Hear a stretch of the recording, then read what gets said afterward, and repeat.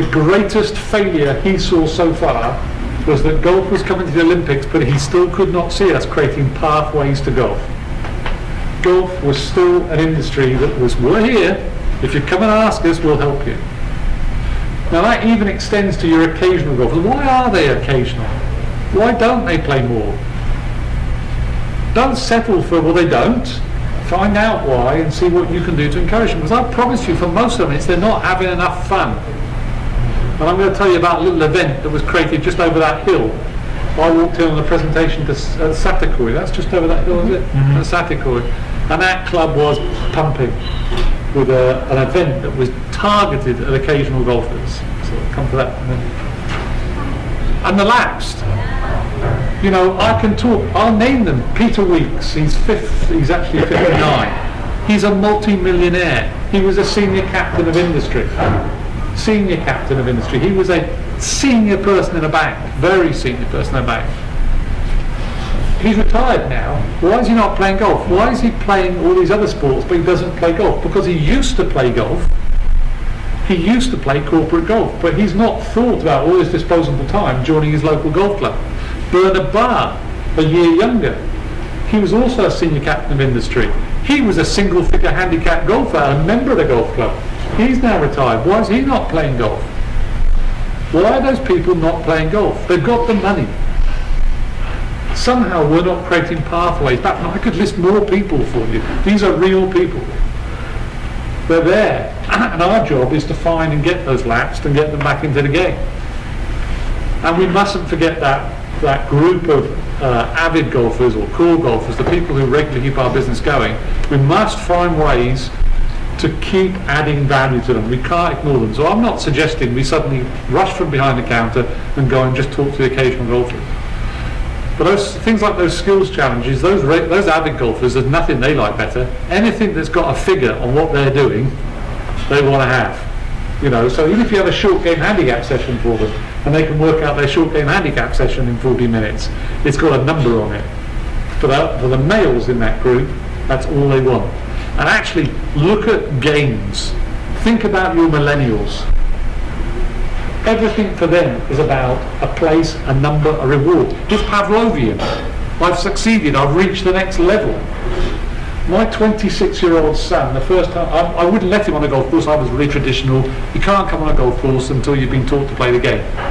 So we played his first 18 holes with him and Dave Christie, that professional I mentioned, and Dave made him sink every putt. He went round his first ever 9 holes in 41 and then didn't want to play the next 9. It was boring. The period between the shots. Why have I got to do that? I've hit the ball. You know, he much preferred playing on the range or having lessons with Dave in the bit. You know, it's 2.5 hours. So we've got to find things that allow those people to enjoy themselves. And sometimes it's not 18 holes or 9 holes. In fact, one of our professionals we got to put in, I was at the PGA show. By the way, every idea I'm going to give you, I've stolen. I've seen it with PGA professionals. There's nothing unique from me. I saw at the PGA show in the PGA Centre, they had a Wii with a closest to the hole, you know, you hit it onto an iron green. And I thought, well, that's a pretty neat idea, if only because I became addicted. You know, we started playing for money at the PGA show in the PGA Centre. So there was a golf professional who was talking about he's got nothing for his juniors, and I just took that idea and said, put that idea on Sundays. So he went and bought 2 Wiis and put up this closest to the hole. Well, I spoke to him about 6 months later and said, how has it gone? And he said, oh, it's been a bit of a problem. I've had to keep the adults off the Wiis because they come to Sunday lunch with the kids, push the kids off, and they play for money on the Wiis.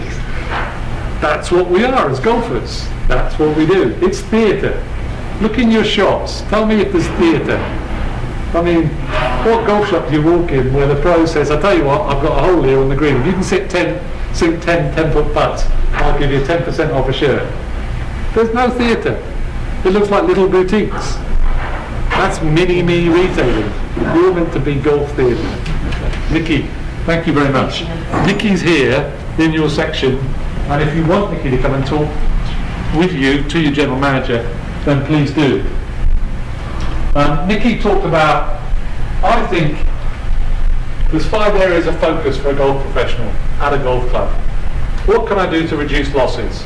Because we have losses. How can I turn occasional to regular? What can I do to recover the old feet that lapse? How can I deliver more value to our avid? And what can I do to help us introduce new blood? Those are 5 things you should be talking to every general manager about. If you're a general manager, those are 5 things you should be asking your head professionals. What are you doing in those 5 areas?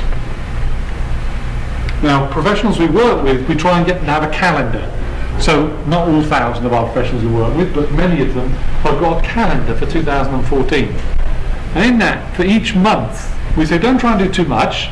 In each month, pick 3 of these and have an activity you're going to do in that month to actually deliver on those results. What is it you're doing? It's a simple stuff. There's nothing Einstein about it. Pick 3 things that you're going to do from there. So I've got a little calendar with 5 rows, each of those 5 things, and in January they'll write down what they're going to do, 3 things. And in February, and in March, and planning. Okay. And what I'm going to do now is show you, I get embarrassed with this part of the presentation because it's all so easy. In fact, as I said, I got this from you guys. All I'm doing is putting in some structure. So focus 1. Ask your general manager, give me 30 names every quarter of golfers you think we might be going to lose or we don't play enough, and I will play with at least 16 of those in that quarter, and my job is to get 80% of them to book in for their next round of golf as they come off, 50% of them to play in the next event at the golf club, and a certain amount of them into a game improvement program. Because remember, the game improvement program creates more golf. Okay. That's what you should go and set. That's what I'll do for my general manager every quarter. And I think every PGA staff member should have a list. And every PGA staff member should have their list of golfers they're caring for. At the end of the year, you sit down and say, how many did I lose? Take it personal. How many did I lose and how many did I keep for our golf club? And how many of those did I turn into more regular golfers? Because you can be specific. You're not like a big Walmart. You can be specific. Here's my group of golfers. Okay. And by the way, there's a bunch more that you can go do. Did I say I'm going to pinch? Right. Because I haven't got it. Have I got it? Yeah. Satikoi, I walked in to do a presentation to the professional. Forgive me, I've just gone to that. Ryan Kennedy. Brian's not there now, unfortunately. But that club was pumping when I got in there. It was a Friday, and I said, what's going on here, Ryan? And he said, we're having our season opener par 3 tournament. And what they do is they split the golf club up into 2 9-holes, and the staff were there to actually ring to get the entrance. They just didn't make it open, to go and find the occasional golfers and to get them into this tournament. And that was their objective. No hole was over 160 yards. It wasn't let's hide the pin behind the water. It was all let's make it easy. There was a team event and singles event. So you had all 4 were in one team and you had singles. And it was a great big fun event. And they started it several years ago. The objective is, beginning of the season, let's target those occasionals and get them out to have fun. If they have fun in that tournament, then they're more likely to play golf this season.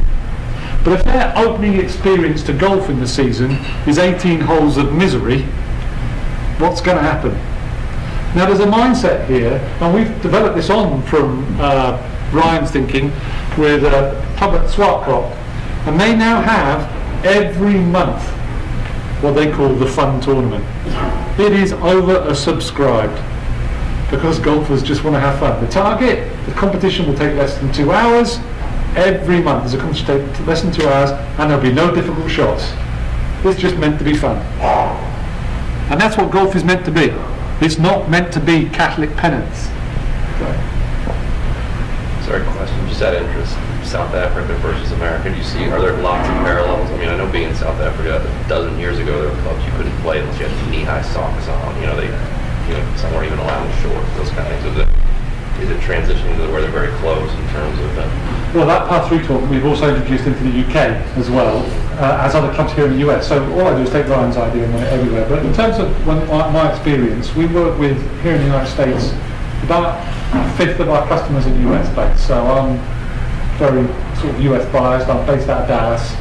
So I'm not here to give you ideas which don't work in the US. But to answer your question, Southern Africa probably fits the US model in terms of players and approach at the golf club now, but it's still in the UK model of ownership of the shop. Okay, so it's a hybrid of the two. Okay, so actually getting UK South African pros to buy into this is easy because they just suddenly see a full field, guess how many golf balls, gloves, and whatever they're selling, and it's going in their pocket. So for them, it's whoopee-doo-dah. And I acknowledge that for many of our American customers, so I sit down and I talk with the American customer. I can see him wiping his head, thinking an active marketing event, and I'm earning no more money. I understand that. So with Rick, for instance, we've been working on trying to build a recommended incentivization program for golf professionals, okay, for general managers to work with, okay, because the incentive, I acknowledge, I struggle with you. That has been a factor. That whole concept about create fun events, run with it. Recovering old feet. Now that's one where I'm very leery about this in the United States. Is leery a South American word or South African word? I'm not sure which anymore. American, we're very leery about this one in the United States. So I haven't got a list here of its things for you. But the one area we've done is we've tried to create golf clubs to understand when a person leaves, they haven't left. It's not a divorce. The world is changing. It might be that their job has changed. It might be any number of things. But keep them engaged with the golf club. You can keep them engaged. Get away from this whole mindset of, I am Bethesda Country Club, and if you're not inside, we don't think you exist. Okay, so, and that's a difficulty here. No club is an island. No club is an island. But some of them want to be. Right. We've got customers that tell us, I'm not allowed to tell you they're our customer in America. So, so I work trying to get them. So, for instance, with Jürgen Gross, it's about Jürgen. Let's try and create a Friends of Desert Horizons group. So you've got a whole bunch of people coming down into Palm Springs this season. Now they're not going to make just a decision to join Desert Horizons Golf Club just like that. So let's create a Friends of Desert Horizons, and let's allow people to actually come and take part in some events at the golf club and experience the social environment of the golf club. Now we can make a proposition to them to be a member once they've experienced it. So create engagement so they can become members. More value, I've talked about skills challenges. I want every one of you to go back and run a 10-yard challenge. And just see it, experience it. You'll love it. It's challenge your golfers, give you 15 minutes. I know you're giving them 15 minutes. You'll add 10 yards to that tee shot. Keep the scores, keep the average. I bet there's not a person in this room that doesn't have an average distance gain of over 20 yards. I bet you. And if you think about it, come on. You've seen me. You've seen how you've seen the shoulder turn or lack of. You've seen the first movement from the top. You've seen the angle of attack. You've seen the loft is wrong. You've seen the shaft is wrong. You've seen I'm playing with a golf ball I can't work with. This is easy for you to spend 10 minutes and put 20 yards on my tee shots. Now, the reason I love you doing that is because it's so rewarding. Because you want to see a happy golfer. It's one who suddenly smacks it 20 yards further. Okay, so that's a really happy golfer, or 30 yards further, or even 40 yards further. That's a happy golfer. But there's something else. What that does is show your brand in action. What that does is demonstrate to the golfer, that's what my PGA professional does. That's the impact he can have on my life, on my game. So it's a really neat thing to do very quickly. But there's any number of these you can do. We have the 10-shot, they're not all called 10, but let's go with 10-shot challenge, where you find golfers in the 15 handicap range, you play 9 holes with them. Except you drop a ball where when they get to 100 yards, they tee off, when they get to 100 yards in, you drop a ball, and then you keep score. Does that make sense to you? So you inherit their score to 100 yards, then you keep score from your score 100 yards in versus their score. In 9 holes, you'll be at least 5 shots better. So the whole point there is, whoa, look what you could do with a short game if you just invested in the short game. But look at me, I'm carrying a gap wedge, a 48-degree wedge, I've probably got a long wedge as well, and I've practiced my technique. So here we go, lessons, wedge sets, You know, so, and by the way, I want you to make more money, whatever it's in, so that's good for business. You can run a short game handicap session. You can probably all go online, download that document and create a short game handicap afternoon. I'll tell you what, at the end of a short game handicap session, you make them do it again with a new set of wedges and a little bit of technique that you've given them. They'll score much better. Brand in action, brand in action, brand in action. Okay? Your PGA leads the world in terms of creating materials for you. And what you've got with Alana Cooper, I think, just to give you a name of a person sitting in PGA National, because I know you all hate PGA National. There's a person in PGA National called Alana Cooper. She is a genius. Underrated even in PGA National. She creates fantastic marketing material that's there free for you to use. You just go onto the members site, download it, you can customize it. So you can go very easily, it doesn't take me, I can do it, I am not a computer genius. You can go on there and you can change the words and upload your own picture and it all resizes for you. So she's created all that stuff on there, it's all there for you to do to make it your own. Okay. But to pick on what Nikki was pushing at, you know, you are getting new people in there, especially women, is critically important for the sustainability of our game. We've got a playbook for a 9-hole tournament, which just involves the new lady only playing alternate shots from 20 yards in. Now you got to think that, no, she'll never do that. Yes, they do. They want to be welcomed into the environment. And the opportunity to do that and play with their husband or boyfriend and actually be in a position where, because you know how daunting golf can be if you're 250 yards away from where you want to get to. Who's seen the Billy Connolly sketch? You've all seen it, I bet. Have you seen the Billy Connolly sketch? Who invented golf? Oh, do you know who Billy Connolly is? Oh. Scottish comedian. Go online, YouTube, Billy Connolly Golf, and he talks about, and forgive the language in it, he wants to know who was the person who invented golf. You know, because he describes it so well. Well, think about that when you watch that video about how a new woman must feel playing the game. Okay. That tournament, which we pitched off, Dallas, Tony Martinez, pro and Tony Martinez is bombed everywhere we go with it. Women love to play golf in a situation where they're not going to be exposed. From 20 yards, I get to play alternate shots with my husband. It's great. Now, Tony Martinez, by the way, took Get Golf Ready and did something else which is packed out. He found that after his Get Golf Ready with lady golfers, he was losing about 80 to 90%. They didn't go on and carry on playing golf despite finishing the program. Yet, the very last event he created at the end of the Get Golf Ready program was a 9-hole event where no hole was longer than 40 yards. And that was all, they all had great fun. And he couldn't understand why they all disappeared. So he started asking, and they didn't want to play any more than 40 yards. Now, while to us that might sound wrong, what Tony then did is, okay, I'll create a monthly tournament that is just 40, no hole longer than 40 yards and 9 holes, and filled it. To the extent where he went back to the city, because it's a city course, and said, can I do this several times a month because I've got such a strong demand. Now, you might not think that's golf, but actually it's creating huge revenues for the golf club in the city, because those women, they have their hour and a bit out there, this place is packed with women having fun together, drinking, having their lunch. It's a great opportunity Tony's created. Buying outfits. You know, yeah, I'm a retailer still. Okay, so 5 areas. Now what we do is we make available for free to all professionals.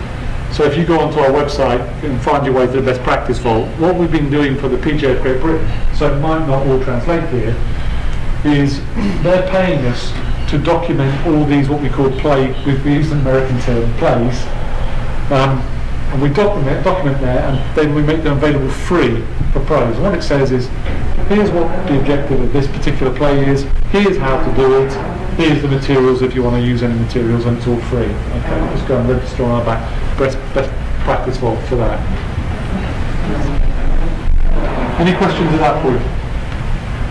I think you're underselling, like, the way my company would look at this is you're increasing not just engagement, but the emotional experience. And I think kind of underselling that as a byproduct of, the pro showing the value, the drive more. I mean, I think that's hugely important. I think you look at all the brands and the Twitter age, the Facebook age, and it is about that emotional experience. You're absolutely right, but what I've been very careful of is, we've got several presentation stacks, and you're right. So if you want to stand up and I'll be behind you, this audience needs to understand that what they're trying to do is create an emotional engagement between them and the person and their golfer. Now, so I'm going to follow your lead and go ad-lib off the piece if you don't mind here. That's right, what's your name? Rob, Booster Health. Thank you, Rob.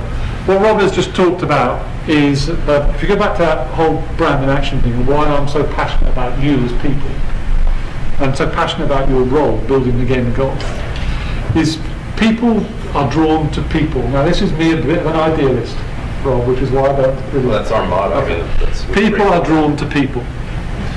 We live in an age that everybody talks about as being this global village. Great. But actually when you get down to it, people still want to identify with people. And that's why your brand is so important as an individual, not just as a golf club. You have to support your golf club, and I'm absolutely not undermining the golf club. But you should prize your brand and your relationships and the development of your relationships with people. At the end of this presentation, you'll see one graphic that shows you how I think we do that. And what Rob is saying is that emotional connection goes beyond so much. So to give you an example of how people can connect with a brand emotionally, and I think, Rob, this is where another example where you're going. Why do people pay twice as much for an Apple iPad than they do for a Samsung tablet? Yet the Samsung tablet is better than the Apple iPad. They've made an emotional connection with Apple. Apple changes my life. Samsung is a electronics company. Nobody thinks of Samsung as changing their life. So I keep telling people, and I'm in retail, I've spent my life for 20 years in the US, so everybody telling me in the US, it's buy two, get one free.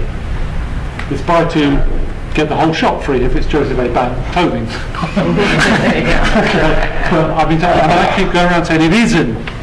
It isn't.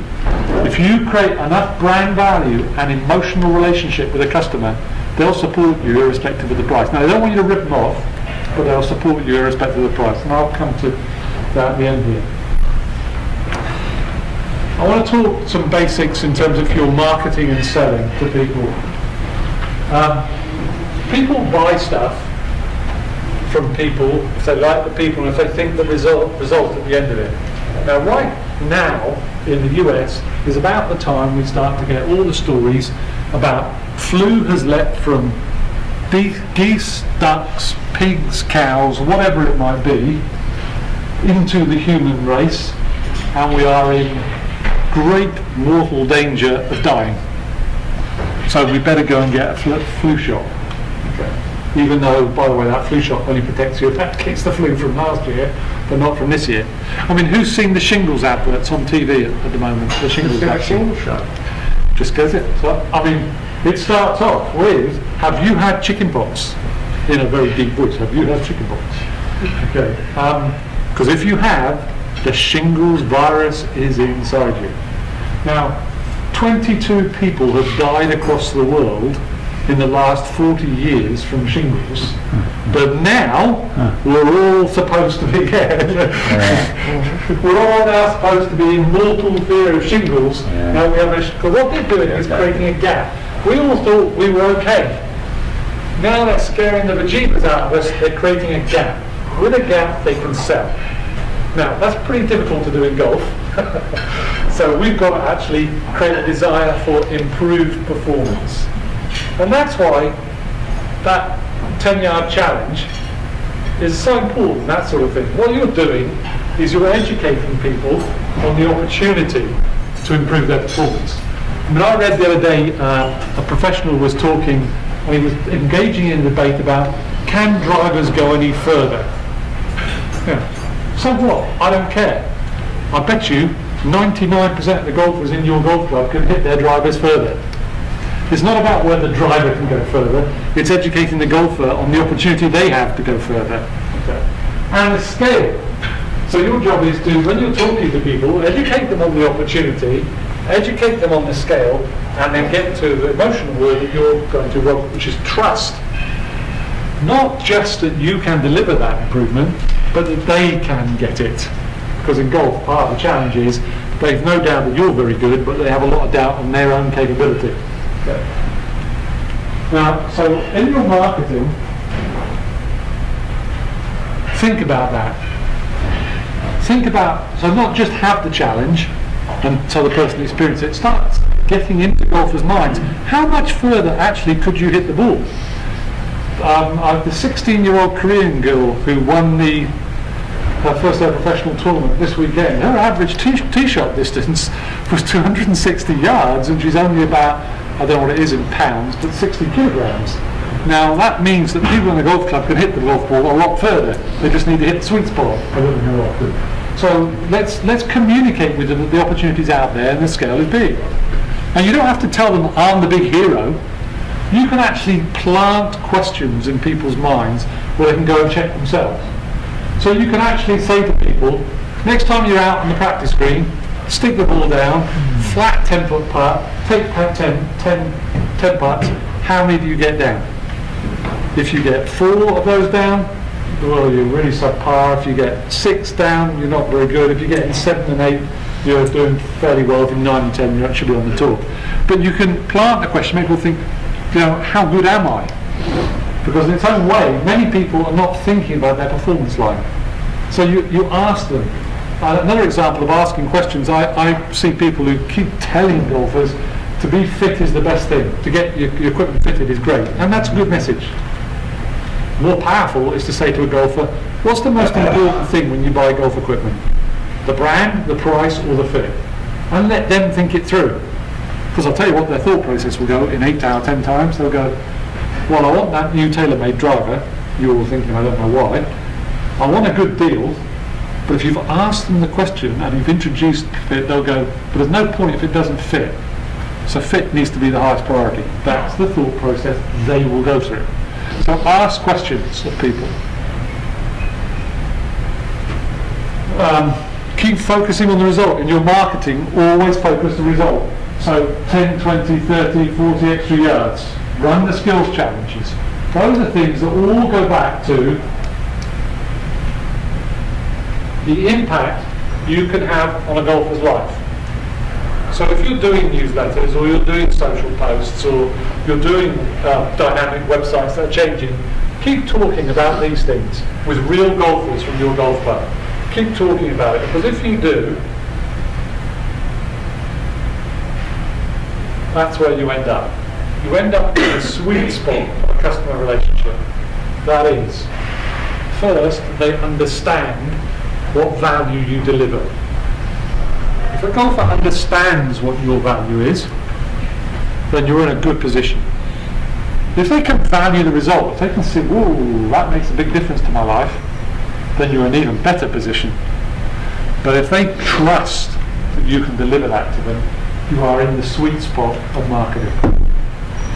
Now you want to try and build relationships with golfers in your golf club to have this year, you might say, I've got 30 or 40, whatever number you want, of golfers where I'm in that sweet spot. Set a target. Next year you can't be at 5,000. Set a target to have next year, I want to get up to 60 or 70 or 80. And the year after, how do I get it up to 120 in my golf club? Because if you have that core people who are in that sweet spot with you, your revenues will go up, but your influence over them will go up, and your golf club will benefit. That's where you're trying to get to with your golfers. Are there any questions? There's one right here. Sorry. When you had your draft up there, that first few, and you had all those listings there, and you're right about having personal contact with the people who come in. That's a big sale. I work for a general manager, and he might come in to check on his shop. His name is John Wells. I don't know if you know him. He has books on it. Okay. But if you ever have a chance, if you can go in and talk to him, he's the greatest salesman I've ever seen. Anyways, he come in the shop, I was working at Hanson Dam, and he come in and he talked to me about this. But Bob, we got this going, I got this, blah, blah, blah, blah, blah, you know, business. So then a customer would come in and go over and start looking at the clubs. He said, just a minute. He'd leave me, go over there, and in 45 minutes that golfer is walking out with a set of clubs in a bag. That's how fast he sold that. It was amazing. But he has a personality. He knew all about the manufacturer who manufactured that thing. He went to the whole paint factory and knows exactly what paint does, the club fitting and all that kind of stuff. But he has that way of counting. And I've seen it many times. I bought a pair of FootJoy shoes because he wouldn't supply a pair of FootJoy. I put them in the display case. And I was watching. They're 11 and a half. They were $120 at that time. Now that same shoe is like $450. Anyways, I came in to go to work and, hey, where's my shoes? They're gone. So Jim says, I don't know. I think Mr. Wells sold them or took them. I said, what? I said, they're my shoes. Did you tell him they're my shoes? So anyways, I called John Wells up. He says, oh, I sold them to a customer. I said, well, you ordered me another pair of shoes. Those are my shoes. So he ordered me another pair. Anyway, he said, the guy came in, saw those shoes in the display case. He said, hey, what's that? They're 11.5D. Oh, that's what I wear. So he says, I sold them to you. He says, I'll order you another pair of shoes, Bob. But see, that's the thing. Yep. But seeing is believing. You know? I want to go back to something you said at the beginning, and we all in our industry look around and we look at the heroes, and we say that person could sell ice to an Eskimo. Okay. And those people are gifted, and you know, they should be applauded and they should be celebrated. But we're not all like that. We're not all that person. Yeah. And that's why, going back to the process of your relationship with your customer, for most of us, not the heroes, but for most of us, that's the best way. The time you spend with a golfer on their game, even if you don't have the personality, it's not about you, it's about the golfer. Yeah. The time you spend with that golfer on their game, if they walk away and your personality becomes much less important, it's the impact you've had that's important on that person. If they feel you've made them the most important person, and not them the most important person, that's the difference. But always look for the impact. Yeah. Now, you know, golfers are, they're just, you know, even if they are captains of industry, they're just regular people. But they just, to you, they look at you, all of you. No matter if you don't think you're, is his name John Wells? Pardon? What was the name of this gentleman? Who? Wells. Oh, John Wells? John Wells. Yellow. Even if they're not John Wells, you're not John Wells, I promise you, for the regular golfer alongside you, you are his hero, or her hero. You might not have the best personality in the world, you might not be the most articulate person in the world, but if you can hit a golf ball, then you're doing things he or she can't do. And if you have the ability to help them hit it better, then you're making progress. And it's funny, I was there about a year and a half, and I was riding privately with John Wilson in his car. We were going someplace. And I says, you know what, of all the things I've done for you now, I think I'm entitled to a raise. I thought he had never cardiac arrest. Hey, why don't we call 911? I mean, I'm just kind of improvising there. But anyways, he says, a raise? I said, what do you want? I said, you're paying me $6 an hour. I think I'm worth $8 an hour. I said, because I fixed all your chandeliers, rewired them. I fixed your Wittech ball machine when it broke down. I said, so I did a lot of things, extra things. When you brought those discs thing, I fixed the easy picker and put all the discs on the thing. So I did a lot of mechanical things that I think I'm valuable on. And I go out and help the kid pick up balls out on the driving range. Anyways, he says, yeah, but I paid my head pro $8. He says, let me think it over. He called me back about a day later. I'll race it to $7. So I stayed for another year. Right, what I've tried to do in this presentation is talk through, there's 5 areas I think you should be making an impact on the golf clubs. It's that simple. Yeah. Reduce the losses, turn occasional into regular golfers, get the laps back into this game, drive more value to the avid, and yes, the thing you do very well is introduce new golfers to the game. Create a calendar of events, just those 5 things in 2014. There you go. Nikki, is there anything more you'd like me to do? No, Ian, thank you. I hope all of you got something out of this. It's always, kind of a fresh outlook on things as opposed to just standing up and talking about programs. Programs can certainly help you do some of these things, but Ian's a great resource for you, so please feel free to reach out to him or reach out to me and I can put you in touch with him, but we're here to help you. So you guys are the experts at what you do, but if we can give you little tidbits on how to help grow your business, that's what we're here to do. So thanks for your attention today, and enjoy the rest of the day. Thanks. Thank you very much.